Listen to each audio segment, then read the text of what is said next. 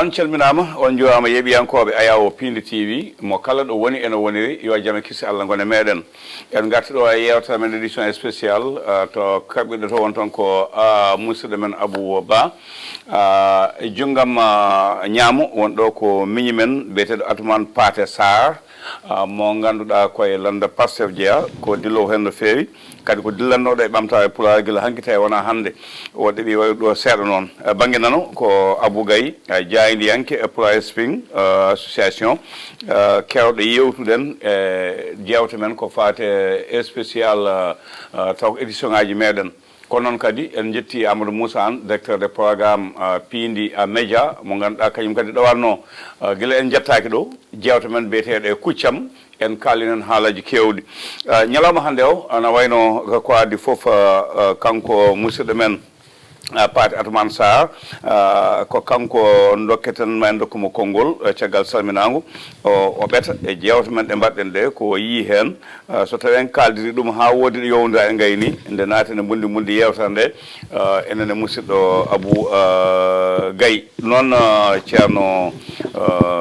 Pathé Atoumane Sarr calmina yeeɓiyankoɓe Pindi TV. eyyi mi salmini bandiraɓe foof mi salminima mawɗo Abou mi salmini bandiraɓe hettotoɓe Pindi TV e yeeɓoɓe e yebtotoɓe kadi Pindi TV mi salmini Pulaar ngu mi salmini Sénégal naɓe foof merci beaucoup. toga assalamu aleykum en garti hande en dañi koɗo mo ganduɗa e ndendu mom yewtere bisimilla ma calmina yeeɓiyankoɓe heeɗiyankoɓe Pindi Média. eyyi togora Abou Diop Allah jarama a jarama ko salmitade tan e bismade koɗo meɗen o hande ko kanko jeeyi bisman ko kanko bismeɗen enen kam nokku ko nokku meɗen e weltanade yeeɓoɓe ɓe toujours kadi wiide kadi artirde hakkillaji mabɓe ko eɗen jewta koko jewte politique tawde noon ko jewte politique goto fof jogui hen yiyande muɗum e kadi goto fof jogui hen famamuya muɗum wasata so tawi en natoyi e ma dañ ko heewi ko ganduɗa hoore maɗa ko ɗebno tundude hakkillaji yimɓeɓe ene gasa ɗum laaɓoya yesso tokora Abou Diop. a jaama Abou Gaye en jetti bandiraɓe waɗoɓe commentaire uji ɓe kamɓe foof seetuɓe jiyanɗe e renduɓe jiyanɗe wonduɓe men ɓe gondani men foof en jettiɓe en jarnimamaɓe Pathé Atoumane Sarr koye landa Pastef jeeɗa ɓami dillude hen ko ɓooyi laalma gandol ɗo guila ɗe dilla hen eɗen kalda hen eɗen jewtida hen ha Allah waɗi ko waɗi élection o waɗi wayloji mbaɗi Allah addi lande moon e laamu président Bassirou Diomaye Faye ardi Ousmane Sonko woni gardiɗo jagorde ko addine naata yewtere nde caggal nde keɗɗa jewte ɗemin puɗɗi wadde hen ɗe holko oncata walla holko ɓeyta hen e on banggue. eyyi bon ko yettude Allah no fewi par ce que nde wonno wonino ɗo saaha rendude Ousmane Sonko yiyande weeɓani walla jeeyede landa Pastef weeɓani eɗen mbawi wiide ko jihaɗi wonno on sanga ko jihaɗi par ce que on jii contexte leydi ndi no siforino on waktu par ce que on waktu ardiɓe leydi ndi koye jumre mawɓe ɓe gonno par ce que ɓe jiiɗano on waktu adversaire politique par ce que ɓe jiiɗano on waktu nawlo politique surtout noon enen gaga fulɓe jeeyaɗe e leñol Pulaar jeeyɗa e département de Podor e commune mo gandanɗa hoorema ko commune de mairie toutes les responsables politiques Benno Bokk Yaakaar sa ƴeewi bon ko département de Podor ɓe ɓuuri wonde joguiɓe doole ɓe e nde président Ousmane Sonko 2014 Allah waɗi o waɗi premier congrès makko ne saɗi gadiɗomi toon ñande hen min o waɗimi convaincre par ce que on waktu wonko haali secret ji gonnoɗe leydi ndi ende leydi ndi foti jogirede no heewi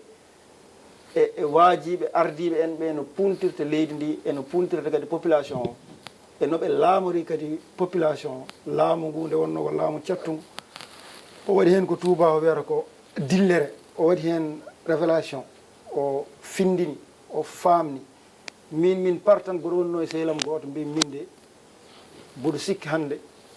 mi mbaɗatmi politique hande natanmi politique o wi kam ko woni mbimi o mi naate parti Pastef mi rewimi Ousmane Sonko c'est la première fois waddemi politique koye Ousmane Sonko Allah waɗi o comisi en jii guiro comisi 2014 faade joni saa saa fof o jooɗoto o haale pétrole o haale gaz o haale ndema o haale ngaynaaka kadi o woni sehil population kadi o addi ɗo rupture gooto e politique mo nganndanɗaa hoore ma gila keɓɗen indépendance faade hannde en meeɗa dañde ɗum e sénégal ɗum yimɓe fof ceetti allah waɗi ɗum muusi no feewi par ce que on waktu wonnooɓe benno bokk yakar e Macky Sall on waktu kala kaalannooɗo ɓe ngadori walla sa rewe Ousmane Sonko saɗa liggoo fonction publique ɓe watma radio heewɓe ni cikka Ousmane Sonko gooto waɗa radio e fonction publique wona kan gooto ɗum wona kanko gooto plus de 30 et quelques personnes cadre mbaɗama radio fonction publique plus de 140 hommes d'affaires ɓe nganndanɗaa hoore ma bon jahanno ne maha woni heen keɓa marché ji mumen kuppa sabamde ko ndewno Ousmane Sonko allah waɗi noon nde wonno bon enen fof eɗen nganndi sa jogiima ko gonɗi walla a gonɗi e koɓe mbi ko tan goonga ne waawi ñallude waalde mais ko jengi ko fof yettot to feewi to e fenaande ko juuti ko fof jotta ko duuɓi par ce que juuti ko fof goonga so ari ittat ɗon fenaande allah waɗi nde wonno koye goonga wonno omo wonde imanagal min ndewe makko emin porti combat o pour fewnude sénégal ha allah waɗi ko waɗanno ko sénégal fof faami tigi o so wallama mo heɓ leydi ndi so wallama kadi mo fewnu leydi ndi donc mi oppuma ɓulnoɗa seeɗa comme ça nde wonno so mboɗo haale président Ousmane Sonko e président Bassirou Diomaye Faye walla e a boyat mbayatmi kono ɓattinaɗo horde jumri ni mi heɓat welo ok towaɓe koko cimtol kono nganmi a haali ɗo e waɗo hetti kono nganmi ko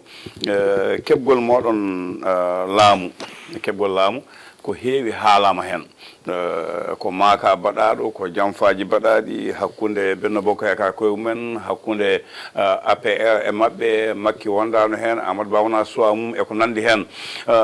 ko mbawɗa laɓitinde hen haade toka addude namdal muɗum beele ɗum no woodi walla ala so tawi no woodi beele ne waɗani gartam Sénégal walla ala e so ɗum woodano ko jogonno jibinande leydi ndi e aɗa andi hande min mi suusa wiide dialogue entre président Ousmane Sonko et non entre président parti Ousmane Sonko et entre aussi président Macky Sall président sortant ala somi wi noon tan firti ko wona julɓe mi fini dialogue o nde yimɓe tini ɗum nde déjà taw o diiri pendant 2 mois contexte dialogue o ko saabi ɗum ko hewɓe pourtant ne kaale réseaux sociaux mais ɓe ganda ko saabi dialogue o hakkude mabɓe ko saabi président médiation woni hakkude mabɓe ɓe jewta président Ousmane Sonko woni Cap Manuel Macky ne woni palais ko nde Macky jooɗi ha watti kala ɗo yeehe Sénégal en jii kala ɗo yaano e tourné ji Sénégal soit yaade udditoyde ko wayno BRT walla yaade Diomniadio walla hunde kewa tan o déplace o so yettima o tawata ko sukaɓe ne goni toon mbaɗa sonkorisation ɗum muusima noon no feewi kala ɗo yeehi o ɓeti o tawi oɗo mo jaggi ɓe ndendinimo e mum wonni wonduɓe makko ɓe ni mbiyama Ousmane Sonko ni way o yeehi o sohi ɗum o oɗo allah o ne andi kala Macky eɓe wondi fof so jaggirima kuccite makko so élection waɗi omo wawi gagnade ɗumen taw koye prison te aɗani ɗum ɗon kam ko gacce Sénégal woni holɗum candidat gagnant e nder prison kanko Macky nde wonno omo jogui haqqille jaajo ɓeri ɗum nde o ɓeri ɗum nde noon omo jogui sehil makko goto homme d' affaire ne woni ne wiye Ousmane Yara are makko ɓe jewtite hen Ousmane Yara wimo joni oɗo Ousmane Sonko ɓe yimɓe Pastef sa ittani ɓe kaso o eɓe mbawi gagnadema e leydi ndi taw ko prison ɓe goni te soɓe gañimama e prison ɓe goni ɓe gummima Rebeuss ɓe gaari palais ɗum moƴƴata e ma ɗum kam yoɗani e yitere allah waɗi Ousmane Yara wimo joni a waddade mabɓe négociation allah waɗi Macky Sall wi mi nuli Ousmane Yara premier sorti mo Ousmane Yara yeehi par exemple Cap Manuel pour yiyede Ousmane Sonko nde ɓe gaadi yiide ko Djiby Gueye Ndiaye nde ɓe jii Djiby Gueye Ndiaye nde ɓe kalani ɗum pour haalan Ousmane Sonko koɓe arɓe eɓe ñaago permis pour haaldude mum koɓe nulaɓe première fois Ousmane Sonko waɗɓe rejeté ñande hen Djiby Gueye Ndiaye sehni Ousmane Sonko ñande hen o meeɗi sehande Ousmane Sonko o wi so yimɓe garema ne gari lamɗo nuli ɗumen ne gari yewtiddema pour condition ngaji ɗi gonirɗa ɗo ɗi jarani kada waɗaɓe resete nde wonno Ousmane noon ne hooli Allah o wi gis nga fi yalla kese Allah goto nannimi ɗo nde Allah wela fof mi yaltat kaso tagata neɗɗo maade kaso tagata neɗɗo jasde Djiby wimo noon mi ñaage sabu Allah yewtide e maɓɓe ha ganda koɓe kaali o wi ala probléme deuxiéme rencontre watti Ousmane Yara ari adde délégation mum andi kalantumaɓe ɗo ko a meeɗa nani ɗum e réseaux sociaux par ce que ko secret mawɗo ne hasimi laɓɓina ɗum pulagu nde o ari omo arde ɓe o ardanno ɓe ƴetti perme ɓe jiide président Ousmane Sonko ɓe jewtide e makko nde ɓe jewtide e makko nde gandata komo jogui iman ɓe mbimo Macky wiɗo woni ɗo hande kañum pare leydi ndi te inchallahu taala koko yiɗi nattindema lycée ɗo joni lycée ji jaltuɗi comme ko waɗi probléme entre wiyama Karim Wade ene ko non den koko ɗum nin e gueɗe mbawi noon waɗi coow tase ɓeɓe waɗano jalla parrainage watte hay ɓenne kadi nani goni e wadde feere no gaddiri e leydi ndi coow président Ousmane Sonko jaabimo c'est très simple wimo min ko ardi foof comme ko conseil constitutionnel validi 19 candidat ɗi ko poti yaade sinno ko sagam oppe yoɓe jaa ko ardi ɗum kam min so wonti min personnellement mi wona e kaso mi yalta boowal élection yo wat mais tawi ko min négociation m gardu ɗon d' abord avant eɗen jewta neɗɗo a wawata ɗeɗɗuɗum e daane mbiya ar jewta jogota ko noppi ɗe hiɗirma jogota ko hunuko ko jaabirima min Macky Sall ko yaɓɓimi e daande par ce que o ƴetti kala neɗɗo ɓurnoɗo e yidde e Pastef e yimɓe wonnoɓe Pastef o nan kaso won wiyoɓe ko par exemple 600 détenus won wiyoɓe ko 700 détenus won wiyoɓe ko 800 détenus sans dépend joni noon so yiiɗi min mbaɗa min jewta d' abord boɗo haala oɗon nawanam walla omo haala boɗo nana il faut ko yaltinanami détenu politique aji ha para min puɗɗo yewtude wajiɓe cammi gauche cammi droite o il faut ko ɓe jaltin détenu politique ɗi mi puɗɗo yewtude andi Ousmane jogui fimde jogui konngol ɓe duttini ɗum Macky noon ɓeeti haala makko ne andi kanko ala haala caggal par ce que kanko haala makko ko neɗɗo joom finde Macky on jii avant Ousmane Sonko ne yalta ko ma détenu politique aji mbaɗa libéré ko nden noon yewtere nde waɗi avancé nde détenu politique o waɗa libéré nde on jii nde ɓe jalti ɗo en masse yewtere nde continue yewtere nde noon continue koye 3 points premier point o ko kanko Macky omo andi yimmaɓe scandale mo mbaɗe nder leydi woni fenade nde ɓe mbaɗi koɓe laami ko faade hannde duuɓi 12 faade hannde enen fof eɗen gandi kala gondunoɗo e Macky woni DG woni ministre ko waɗe scandale hay goto wawa wiɗema ni way e bonande joni noon Macky wimo kañum yiɗi ko yaltude mum e pouvoir yiɗi koye yoot Ousmane wi tawi tan ko ɗum kanko ko ancien président kala gueɗal ngala foti hebde e fodde mawɗo leydi goppo laamu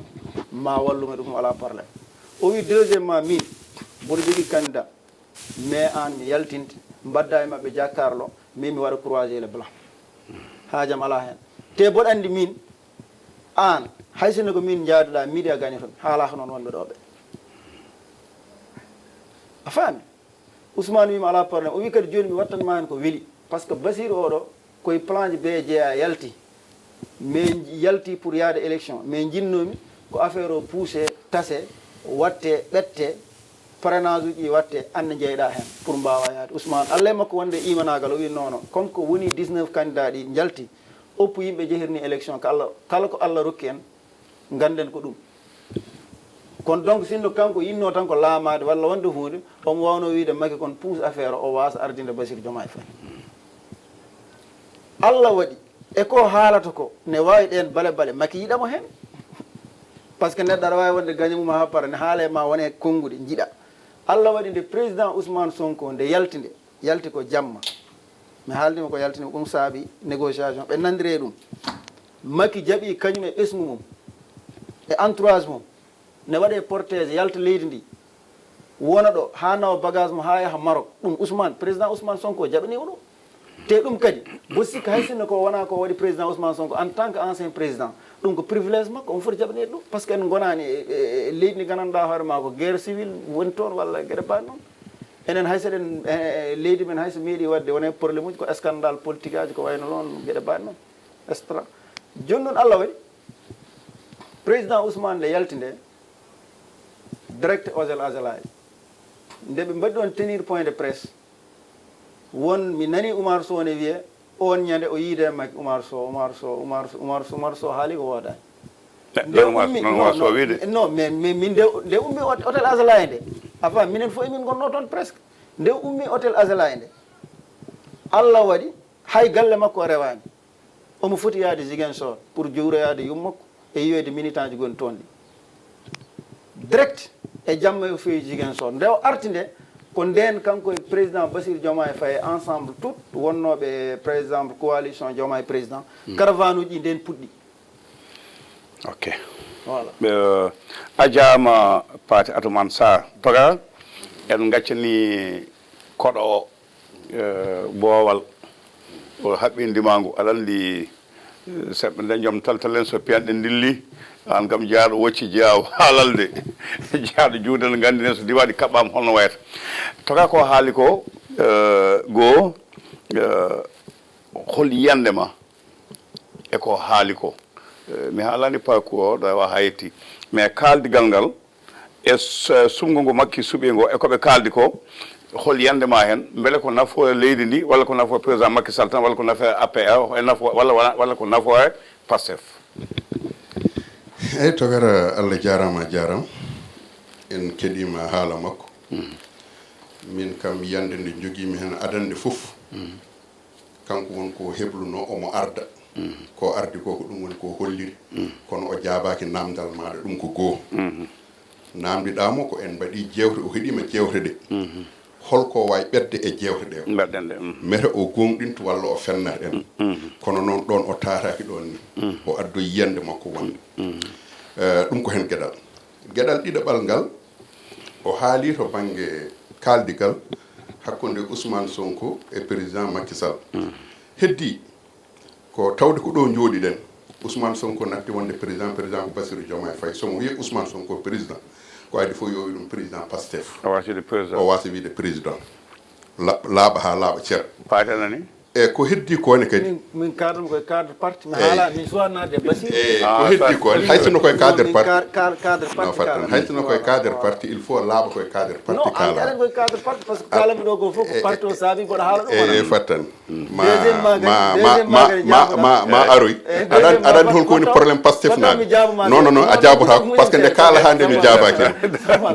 mi jaabaki saabu Allah ala ɗo woni ɗo tan ko haala no ɗo ala saabu Allah non fattan fatmi aranma o kino ayde kaala ha nde arokkatama hayso min mbaɗa jogui hen yiyande mi heeɗi kalɗa ha gaynuɗa wadde minne a ɗaccat mi haala ham gayno tonga ko kalmi ko poɗɗa hen jabade ko poɗɗa hen seydi e ko heddi ko so tawi woni koye cadre parti kalta walla ko wawi hen wonde fof tawde woni ko ɗo jooɗiɗen il faut gueɗe ɗe ɗe certa mbiya en tan ko président Pastef Ousmane Sonko ɗum ko gonga gueɗal gongal ngal garanmi hen ngal o wi wonde to banggue kaldigal ngal ma won lewru walla lebbi ɗiɗi hakkude Ousmane Sonko e président Macky Sall ene kalda mami wi mo ɓuuri ɗon par ce que nde Oumar Sissoko ambalo ari ɗo henne nde mbasi ko tinani ɗum kaldigal ngal ko toon fuɗɗi kene wona hitande walla kam lebbi jeenayyi ko adi oɗo Ousmane Yara nara Ousmane Yara ari ko taw ɗiggi kono adi ko Oumar Sissoko ambalo ari ɗo 2 fois ɗo henne e Sénégal yindirde e mabɓe kamɓe ɗiɗo foof yidde yoɓe kaltit yindire e Makki yindire Sonko yindire e Bassirou mais est ce que kamɓe fof ɓe jiidino nden no kamɓe fof ɓe jodotaki aɗa andi kaldigal ngal ko haaldete ko fof kamɓe tati fof ɓe jodotaki kala hen haala ko banggue haala he ɓe jodotaki par ce que so tawi woni aɗa yiilo maslaha adana o a joƴƴinta jomumen e jonde wotere a dogata maslaha o ha pamodira e muɗumen nde puɗɗa artude kono kamɓe ha ɗo ɓe jottodaki kamɓe tata foof pour haltidde so wona nde gueɗe ɗe nde gasata nde ha gasa e ko heddi ko jiɗmi laɓɓinde hen ko wonde Makki wi wonde Ousmane Sonko yo ar wona candidat walla goɗɗum ay candidature Bassirou Diomaye Faye Ousmane Sonko hay abbere ala ko andi hen tawi ko gonga kalde hen ko kalanmi ko source uji labɗi ceer Ousmane Sonko o haaldama kono Bassirou Diomaye Faye nde waɗi he candidat ha parrainage muɗum ena ɓenna ma parrainage o ɓenni ha ɗiggi nde kanko Ousmane Sonko nde fuɗɗi andude kadi paamen négociation Ousmane Sonko ko addanimo jabde Bassirou Diomaye Faye ene jeeya hen woni Bassirou ene jeeya hen Bassirou nde hankkadi nde ko muɗum ko nde ɗiggi nde haaltide makko kanko Ousmane o salinoma adani wimo so tawi woni noon en jaɓani ɗo henno e duuɓi sappo paaɗi koye kaso keddorɗen caggal kaɗon haala noon ko nden woni nde ɓe kaltidi ɓe mbawi famodir ɗum ko hen gueɗal e ko heddi kono so tawi Ousmane ko joom konngol ko joom fimde ko joom tinde hewɓe nanggama min de mi nanggaka an a nanggaka an a riwaka so tawi noon neɗɗo a woppi ɗo sa nani ndeeƴe tan won gummiɗo ɗo wonno ɓe gummanoki ɗo gonnoɓe ɓen hay goto muɗumen nanggaka walla hay goto mumen wiyaka ndeeƴi kadi yimɓeɓe tolnima hande o ɗo tolniɗen hande ɗo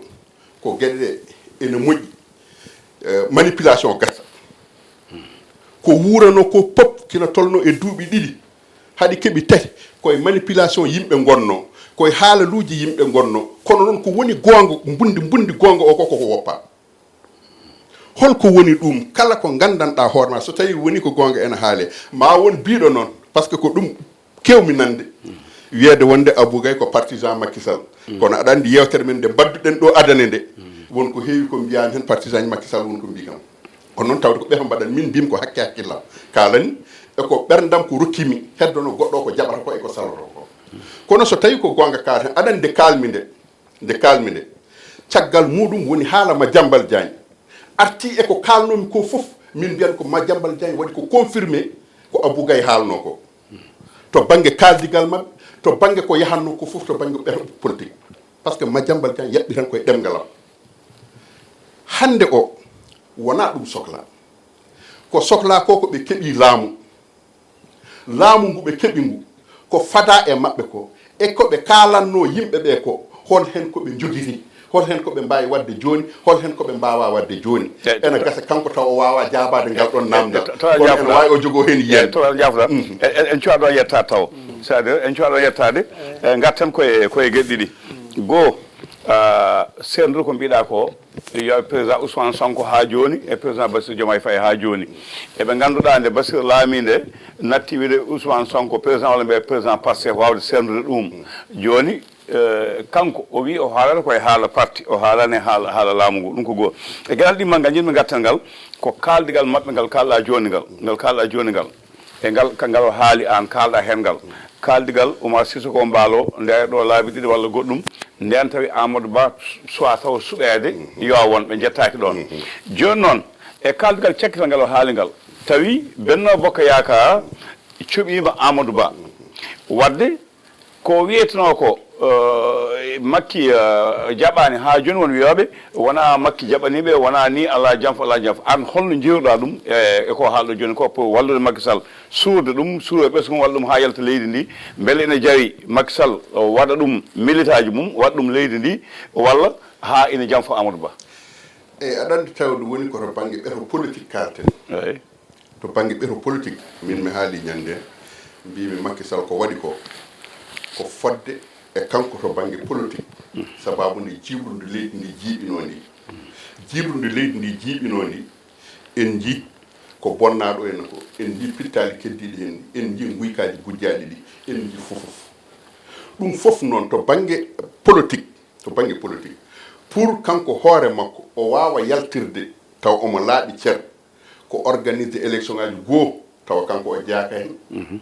ha joni so tawi o suɓinoma Amadou Ba way kono o yaltani hen ni mais tawi ko Benno Bokk Yakaar suuɓi Amadou Ba candidat fof moɓe mbawno suɓade so tawi tan ko kanko suuɓi candidat o kanko Macky Sall tawi tan kanko suuɓi candidat o yaltani hen ha joni way kono ko kanko présentini saabu kamɓe Pastef naɓe nde hunde juuti ko ɗum woni koɓe kalata wonde ko Macky Sall tan woni ɗo e kono parti au pouvoir ne jogui droit suɓade neɗɗo ay parti au pouvoir ko jogui droit suɓade neɗɗo ko fof en kalin ɗo ñanden so tawi woni no parti au pouvoir ko kañum suɓoto neɗɗo muɗum wona Amadou Ba ɓe cuɓoto Amadou Ba suɓi ɗum Macky Sall suɓaki Amadou Ba ko kalmi ko ha e ñallugue hande gue min mbaɗa irri mbaɗa jaɓi mbaɗa gonɗini wonde Macky suɓaki Amadou Ba suɓi Amadou Ba ko Benno Bokk Yaakaar o wi eyi walla o wiya so wontuno e makki suɓata ko Amadou Ba eyyi kono nden est ce que o sallinoma o wi o sali aɗa andi Togara an ɓe mbima wonde so tawi mawɗo hollama hunde ko yi sali ƴewde on hay sinno a dubbi e yitere mum wona ko ene yiye heddi ko kanko Macky Sall Amadou Ba cuɓaɗo o kanko o yaadani hen o jaɓi kono ko malgré lui ko alay saago o jaɓiri kono noon jaɓgol makko tengtini holliri wonde o yaadani hen ko nde o sali yimɓe makko kala jaɓanɗomo hoto yaadu e Amadou Ba campagne hoto waɗan ɗum campagne hoto wallu ɗum settini e consigne aji ɗi o rokki wonde hotoɓe gotan Amadou Ba settini e bureau de vote uji ɗi gandanɗa hoore ma ene e nder leydi Sénégal wiyede wonde parti au pouvoir représentant ji muɗum ngala e bureau de vote uji ɗiɗon settini e wiyede wonde élection ngaji présidentiel ena mbaɗa parti au pouvoir bulletin ngaji muɗum ngakki e ɗiɗon bureau de vote uji ɗum fof settini hen settini kanko Macky Sall wonde o yaadani Amadou Ba o suɓaki ɗum wonde ko hadde Amadou Ba financement parti politique o nangui financement parti politique settini Macky Sall yaadani e Amadou Ba ko yaltinde Ousmane Sonko yaltinde ujunnaji ɗiɗi e temedde jeegom wonɓe kañum e Bassirou Diomaye Faye ujunnaji ɗi e temedde jeegom wonɓe ruttiti haɗani ɗon tan de wona yaltinde ɓe tan rew woppiɓe ɗon ruttiti tottiɓe financement koɓe mbaɗiri campagne ɗon jinmi ga élection Ousmane Sonko nde hay ko wi wonde Ousmane Sonko nde yalti ko jamma Ousmane yaltani jamma on ganda Ousmane nde yalti minen ko minen kalanto on Ousmane nde yalti Ousmane adi Bassirou Diomaye Faye yaltude Ousmane nde yalti nde fayani galle muɗum directement Ousmane de yalti haali ɗum joni non Ousmane de yalti nde fayi ko hôtel aɗa holko waɗi ɗum ala Ousmane de yalti nde fayi ko hôtel par ce que ene jogino toon rendez vous goɗɗo Bassirou Diomaye Faye yaltoye jamma so tawi oɗon teski Bassirou nde yalti nde yimɓeɓe nde ndiri adani ko hedde 17 heures 18 heures wiya wonde eɓe jalta anani de hedde 17 heures 18 heures ala ƴettuɗon anani de hedde 17 heures 18 heures wiya wonde ɓe jaltata kamɓe ɗiɗo foof yimɓeɓe ndiri pay toon yimɓeɓe ndiri pay Cap Manuel nde yimɓeɓe ndiri pay Cap Manuel anani nde yimɓeɓe ndiri pay Cap Manuel ɓe gari hunde nde dartina seeɗa aɗa andi Macky on footi oton banggue o waɗat hunde ha yimɓeɓe ndira o darto o wasa wadde waktu mo fonno wadde o dirtina oɗon waktu walla o dirtina ñalawma nde ɗum kewi nde dirtina jaltugol mabɓe yeehi ha jamma hedde 21 heures wiya wonde ɓe jalti yimɓeɓe ndiri yimɓeɓe yaaɓe toon ɓe so tawi a yiyama toon Ousmane Sonko e jaltugol ngol Bassirou Diomaye Faye kañum goto yalti Bassirou nde yalti ndene woni rano faade galle Ousmane Sonko Bassirou nde yalti nde yimɓeɓe nde ndiri ɓe pecci ɓaddinoɓe Cap Manuel pay toon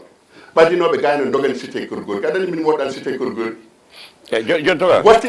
yimɓeɓe nde ndiri pay cité Keur Gorgui mi aranma mi liɓira ɗo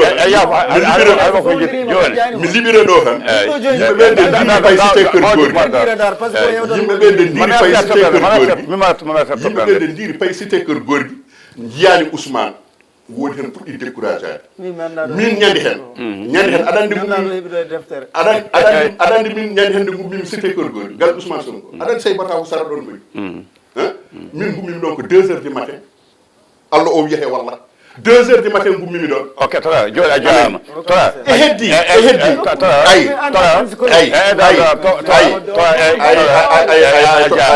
ɗo joni ay mi wima wonde so tawi eɗen kaala ko politique kaal hen saabu Allah ala politique ala tora agay saabu Allah ala politique e tora agay joni hen heɗo mi jaɓi rokki Pate Atman Sarr e kaldigal ngal beele ko nafoore Macky Sall ɓolde walla ko nafoore Sénégal walla ko nafoore Pastef holko ɗum ñawdi e leydi ndi to banggue jaam holko ɗum addi to banggue tana caggal e hol batte jogoɗo awde hen hol gañiɗo hen e hol perduɗo hen non pour min Macky Sall gañini hen no fewi wondiɓe makko kadi gañini hen no fewi ay ko haalata ɗo ko ay sa woni e leydi ndi aɗa yeehe leydi ndi aɗa joddo yimɓe sa heeɗima ko haalata ɗo ko aɗa andi kaɗo haala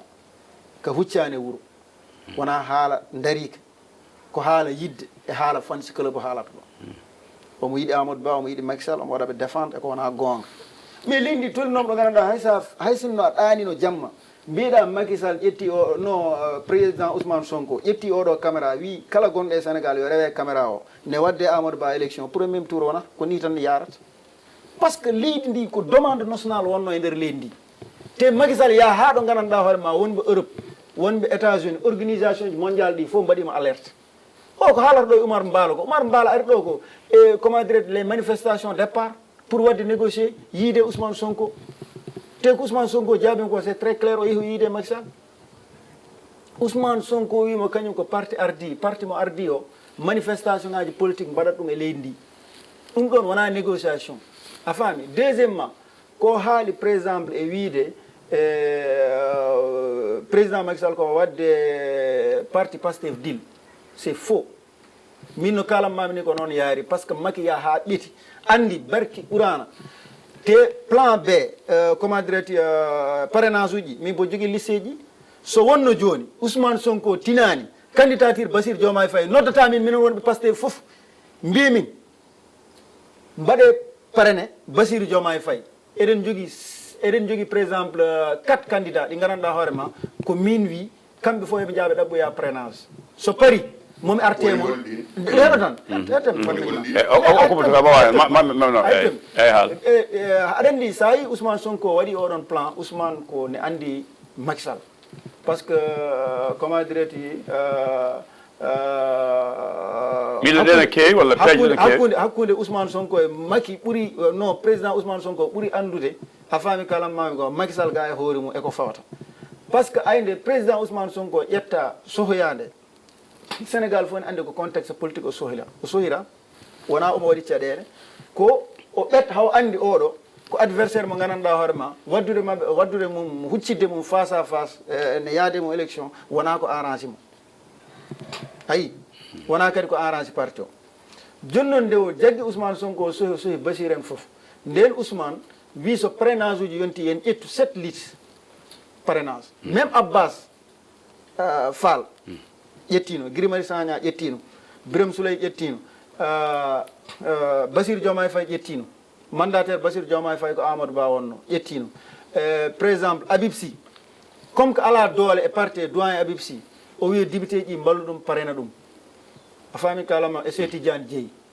candidat ji makko o wino noon ko so lanci par exemple Bassirou laamu ngu kali so Cheikh Tidiane Dièye yaha so laamu ngu kali Cheikh Tidiane Dièye goto yaha par ce que parrainage o kanko omo anduno kanko e hoore makko so yeehi moɓe kalmo toon te an a yi parrainage ɓe kalimo ɓe mbi o retirta fils parrainage Ayib Dabo wonno mandataire makko ono fof jii mais sa yi o yaltini par exemple plus de 7 personnes yo jaa ƴettoya fils parrainage ko pour jogade plan B mais plan B walla plan C ayi minen Pastef somin jooɗinoɓe médiaji min mbiyata ko ala par ce que hay goto haalta secret no mbaɗirta a faami ka ha gañoɗa e match walla no mbaɗirta ha gañoɗa e terrain politique nana sat faami donc ko waɗi firndel ko haali ko wona gonga par ce que minen ko Ousmane Sonko ne woni Cap Manuel kañum windi parti o El Malick jooɗi a faami kalamami ko wi comme hunde yaari ni président Sonko wawa yaade ewa Bassirou Diomaye Faye o wi on ndew caggal mum o wi noon ko hande ɗo e janggo taw min dañi 4 millions 500 parrainage 3 millions min dañi premier jour o deuxième jour o min dañi 1 million 500 mum woni 4 millions 500 parrainage ɓen fof gotni on wattami to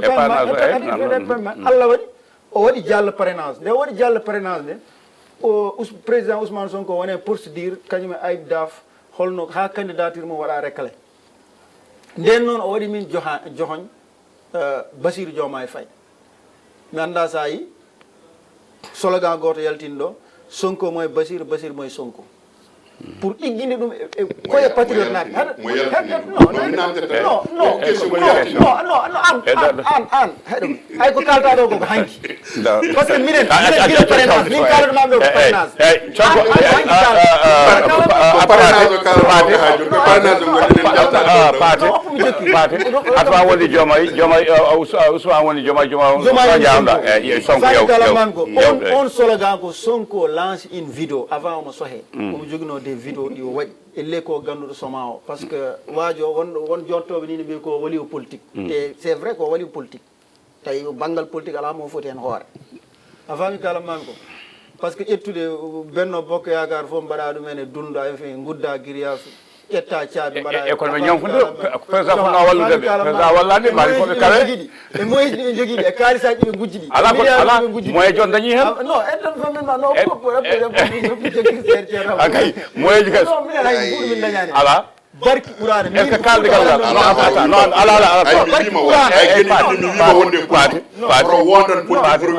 non abou yaw paati agay so tawi kaldigal ngal haalama ha gasi en jaaɓi ɗon en cuwade beele ko ente Macky Sall tan goto yo hen humumi yimɓe mum walla ko huum Sénégal walla ko nafa moon ha laamo ɗon e wiyede kadi Macky walliti on to banggue campagne koppaji walla joom suudu mum ina wutolo wodan hay mbuɗo 1 franc o tottani ɗum président Ousmane Sonko o tottani ɗum président Bassirou Diomaye Faye 1 franc ala mbuɗo ummigo e Macky are parto minen hayde campagne de ko wonɓe Europe ɓe naldata min hayno gonmi Fouta nde Allah oni seedi wona cawan nomin mbaɗirtuno campagne ne waɗi difficile ha ɗon wawi hadde ok joni Paty gartane toɓɓe wonde saabu saaha woni ko yaade